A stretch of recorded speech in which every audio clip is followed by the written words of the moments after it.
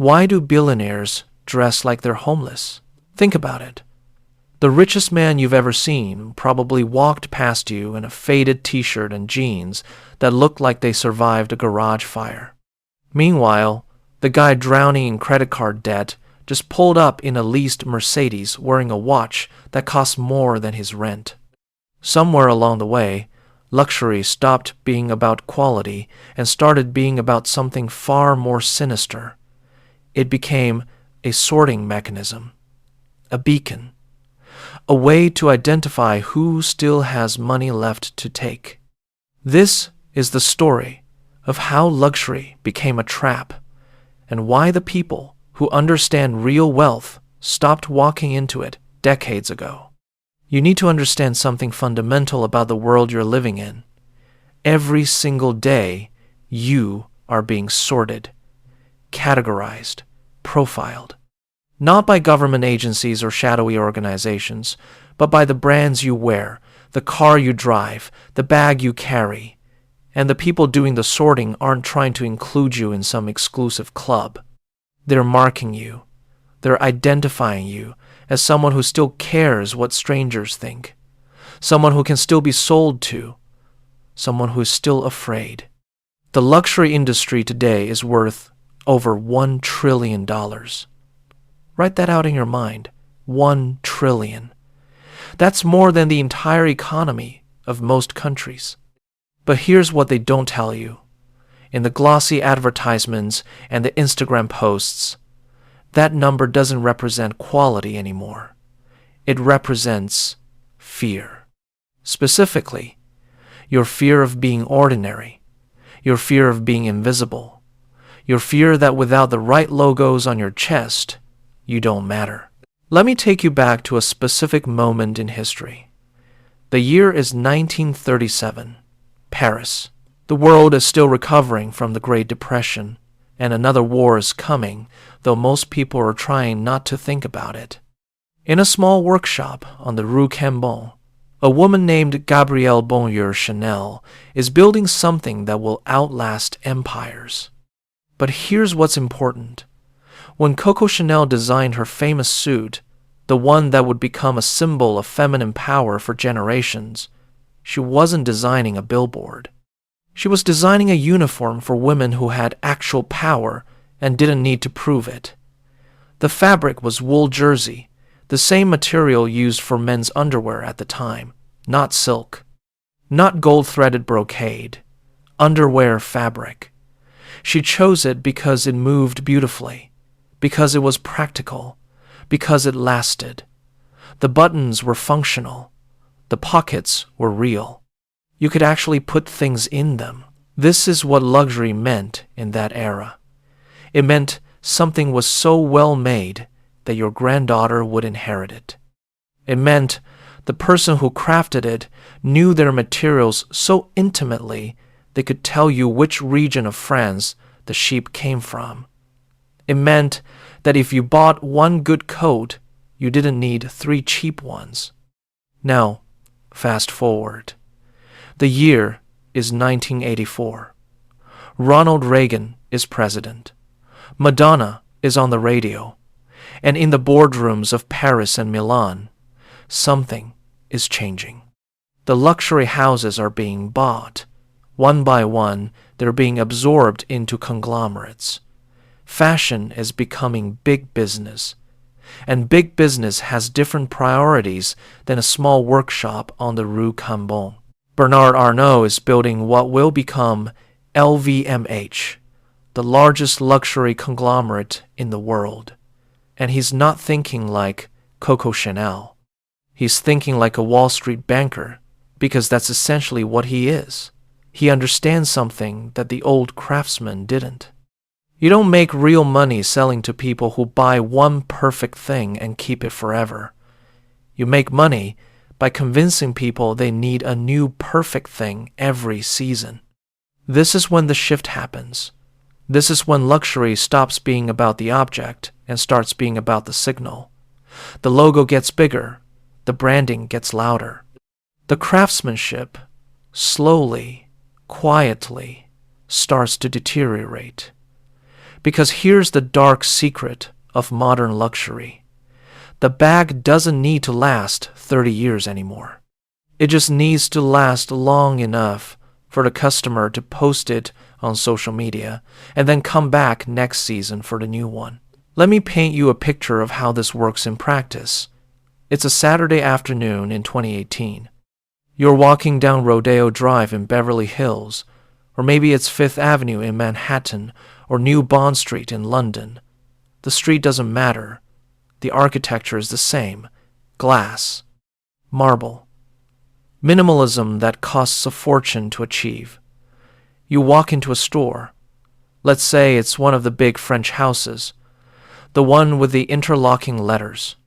The air smells like money. That's intentional. They pump a specific scent through the ventilation system. The lighting is perfect. Not too bright, warm, inviting. The sales associate approaches you. She's beautiful. Her makeup is flawless. She's wearing the brand head to toe, obviously. This is her uniform, her armor. And she looks at you with an expression that manages to be both welcoming and evaluating at the exact same time. This is the moment. This is where you're being sorted. She's been trained to assess your value in the first 3 seconds. Your shoes, your watch, your bag if you're carrying one, the way you walk, the way you hold yourself. She's calculating whether you're worth her time, whether you're a real customer or just a tourist taking photos. If you pass the test, something interesting happens. You're not just allowed to buy things. You're made to feel like you're being given access, like you're being let into a secret society. The sales associate might mention that this particular bag has a waiting list, 6 months, maybe a year, but she might be able to make an exception for you because she can see you're different, you're special, you understand quality. This is the con. And it's brilliant because what she's actually doing is manufacturing scarcity for an object that's being produced in factories by the thousands. She's creating the illusion of exclusivity for something that stopped being exclusive the moment a private equity firm bought the company and demanded 15% growth year over year. But you don't know this.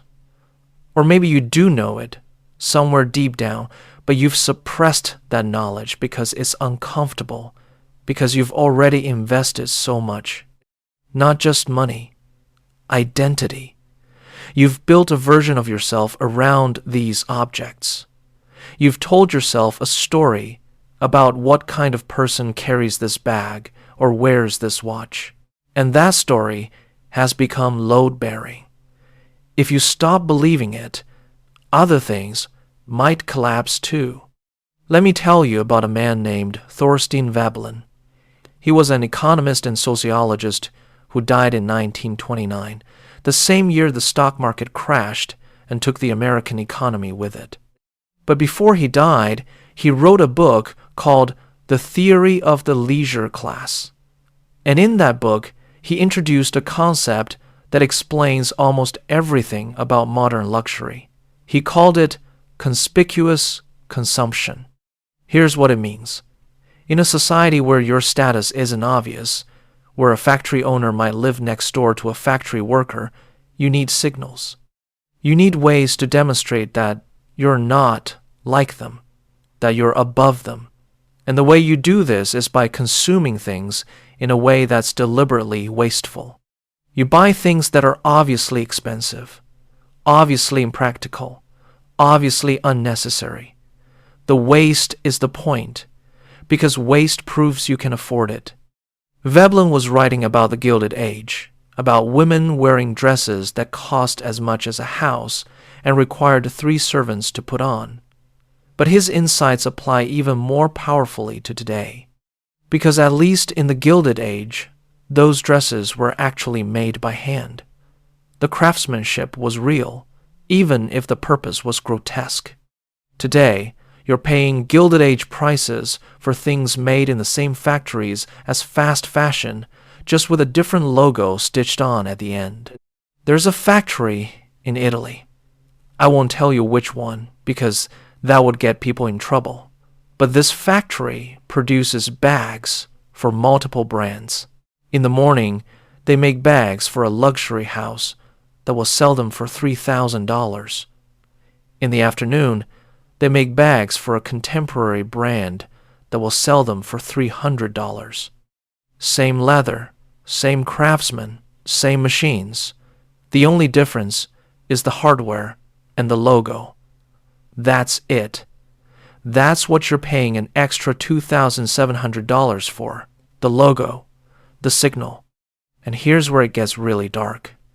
The luxury houses know you know this, or they suspect you might know. So they've developed a new strategy.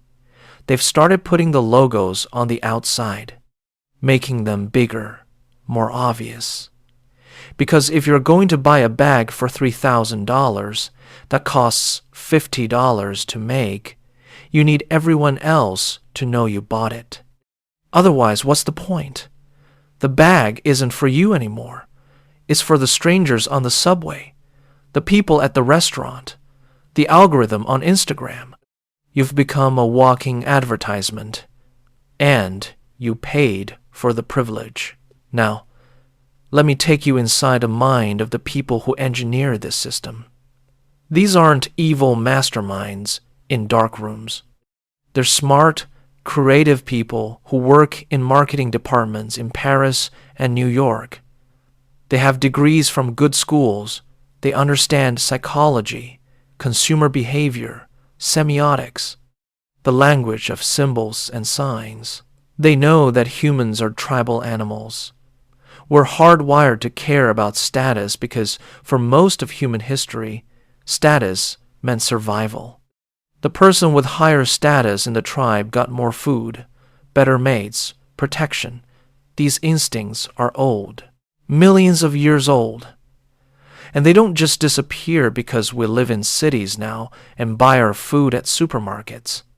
So the luxury marketers tap into these ancient instincts. They create artificial tribes, Hermes people, Chanel people, Rolex people. And they give each tribe its own symbols, its own rituals, its own mythology.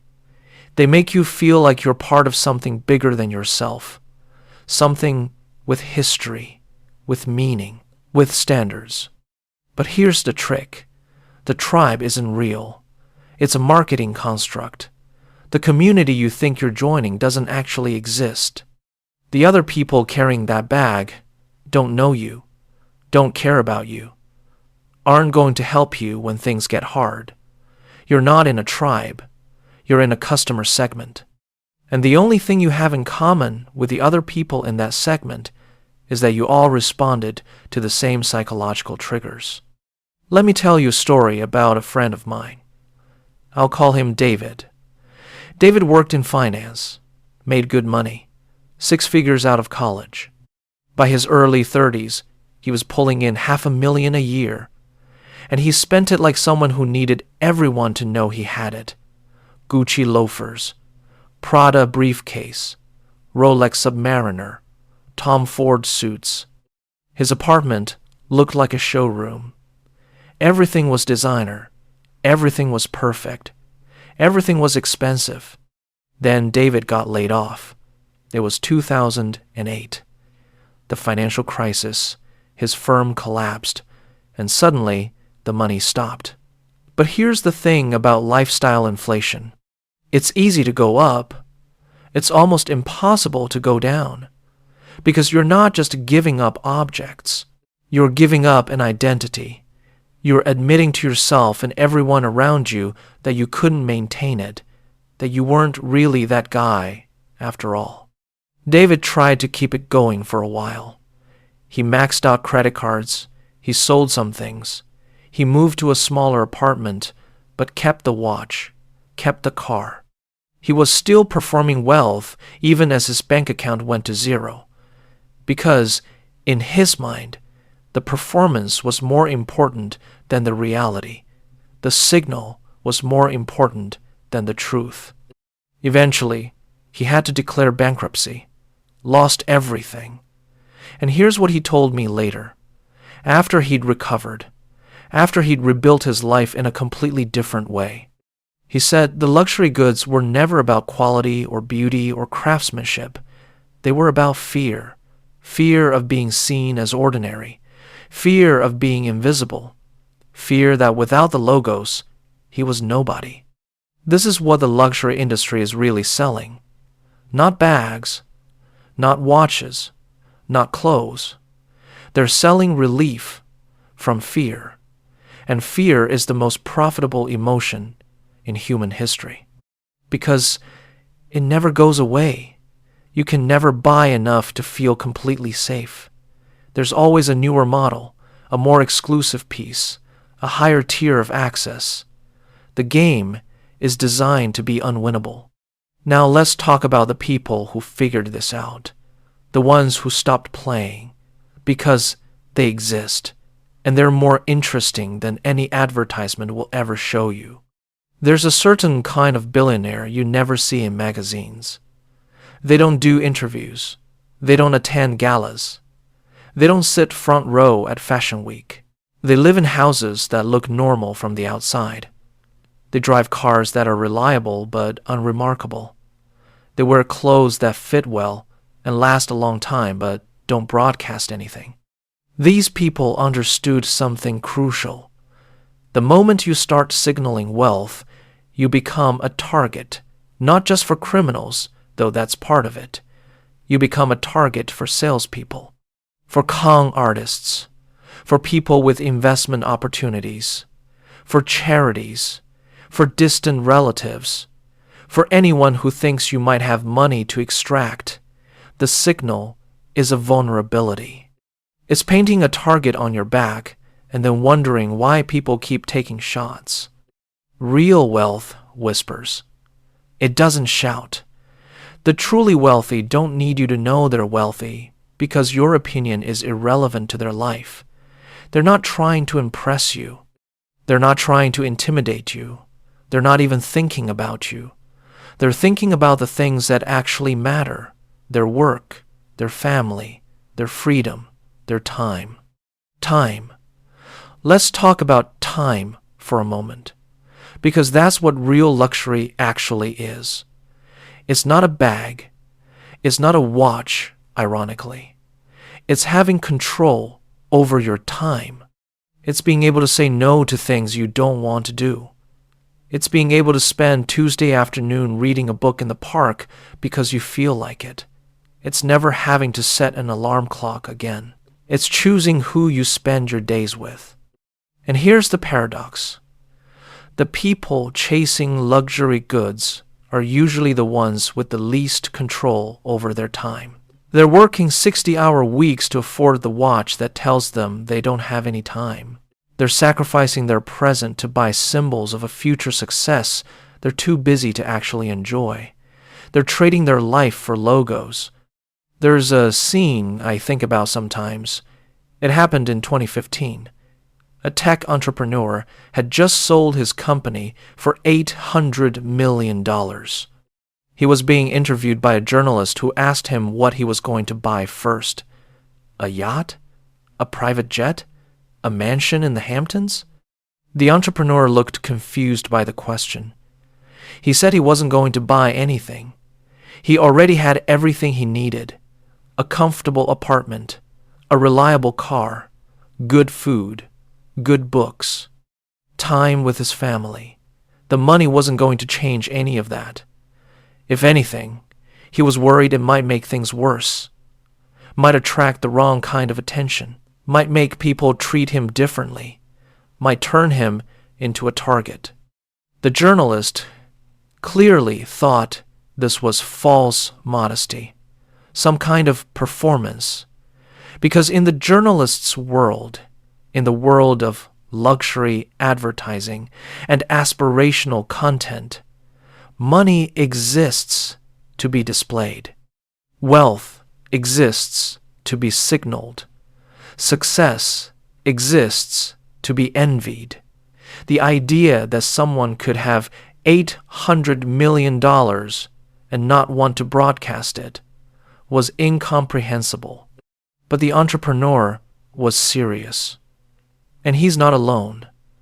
There's a whole class of wealthy people who've opted out of the performance entirely. They've realized that the luxury game is rigged, that the only way to win is not to play. This is starting to filter down, slowly. You can see it in the rise of quiet luxury, minimalist aesthetics, no logo fashion, the Brunello Cucinelli approach. Make things that are genuinely beautiful and well crafted, but don't scream about it. Let the people who know. Everyone else doesn't matter. But even this is becoming co-opted, because the luxury houses are smart. They saw the backlash against logos, and they adapted. Now, they sell you stealth wealth. The bag with no logo that costs even more because it's for people who are too sophisticated for logos. They've turned anti-branding into a brand. They've monetized your desire to opt out. So what's the answer? How do you actually escape this trap? First, you have to get honest with yourself about what you're really buying. Are you buying a coat? Or are you buying the feeling of being the kind of person who wears that coat? Are you buying a watch, or are you buying the fantasy that strangers will respect you more when they see it on your wrist? Are you buying shoes, or are you buying membership in an imaginary club? Once you understand what you're actually purchasing, the spell starts to break, because you realize that feelings can't be bought. Respect can't be bought. Membership in a community can't be bought. These things have to be earned, or built, or cultivated. And no amount of leather goods is going to shortcut that process. Second, you have to rebuild your relationship with quality. Real quality. Not luxury branding, but actual craftsmanship. The kind of quality that makes a thing last, that makes it work better, that makes it more pleasant to use every single day for years. This might mean buying things that cost more than fast fashion, but less than luxury brands. It might mean buying used or vintage. It might mean learning to recognize good materials and construction so you're not dependent on logos to tell you what's valuable. It might mean buying less, but choosing more carefully. Third, and this is the hard one, you have to stop caring what strangers think. You have to genuinely, deeply not give a damn if someone on the street knows how much your bag cost. You have to be willing to be invisible, to be overlooked, to be underestimated, and you have to be okay with that. This is terrifying for most people, because we've been conditioned to believe that visibility equals value. That if people aren't noticing you, you don't matter. That if you're not broadcasting success, you're not successful. But this is exactly backwards. The people who truly matter in your life don't need logos to know your worth. And the people who only see the logos don't matter. There's a freedom that comes with opting out, a lightness. You stop being a target. You stop being a customer. You stop performing for an audience that isn't even watching. You get to use your money for things that actually improve your life instead of things that improve your image. You get to invest in experiences, in relationships, in time, in freedom. And here's what's beautiful. Once you stop playing the luxury game, you start noticing how exhausting it was. How much energy you were spending on maintenance, on worry, on comparison, on keeping up. That energy doesn't disappear. It gets redirected towards things that actually matter, towards building instead of buying, towards becoming instead of seeming. The luxury industry doesn't want you to know this. They've spent billions making sure you don't figure it out. They've built an entire apparatus of magazines and influencers and advertisements and aspirational content designed to keep you locked in the cycle, wanting, buying, regretting, wanting again. But you can walk away, right now, today. You don't need permission. You don't need to make an announcement. You just stop. Stop following the brands on social media. Stop reading the magazines. Stop window shopping. Stop treating consumption as entertainment. And then, in the space that opens up, you start asking different questions. What do I actually need? What actually makes me happy? What actually improves my life? The answers might surprise you. They probably won't include a $4,000 handbag. Here's the final truth. Luxury used to mean quality, because the people who made luxury goods were craftsmen who took pride in their work. They answered to their own standards, their own sense of what excellence meant. Now luxury means you're a target, because the people who make luxury goods are corporations that answer to shareholders. And shareholders don't care about excellence. They care about growth, about margin expansion, about extracting maximum value from every customer. You're not a person to them. You're a revenue stream, a data point, a conversion metric. And the product isn't really the bag or the watch or the shoes. The product is you, your insecurity, your desire for status, your fear of being ordinary. That's what they're manufacturing. That's what they're selling. The good news is you can stop being the product anytime you want. You just have to realize that the emperor has no clothes, that the luxury you've been chasing is an illusion. That quality and craftsmanship still exist, but they're not where the advertising tells you they are. They're in the quiet places, the small workshops, the family businesses, the things that last not because they're famous, but because they're made right. And once you see it, you can't unsee it. The spell is broken. The game is over. You're free.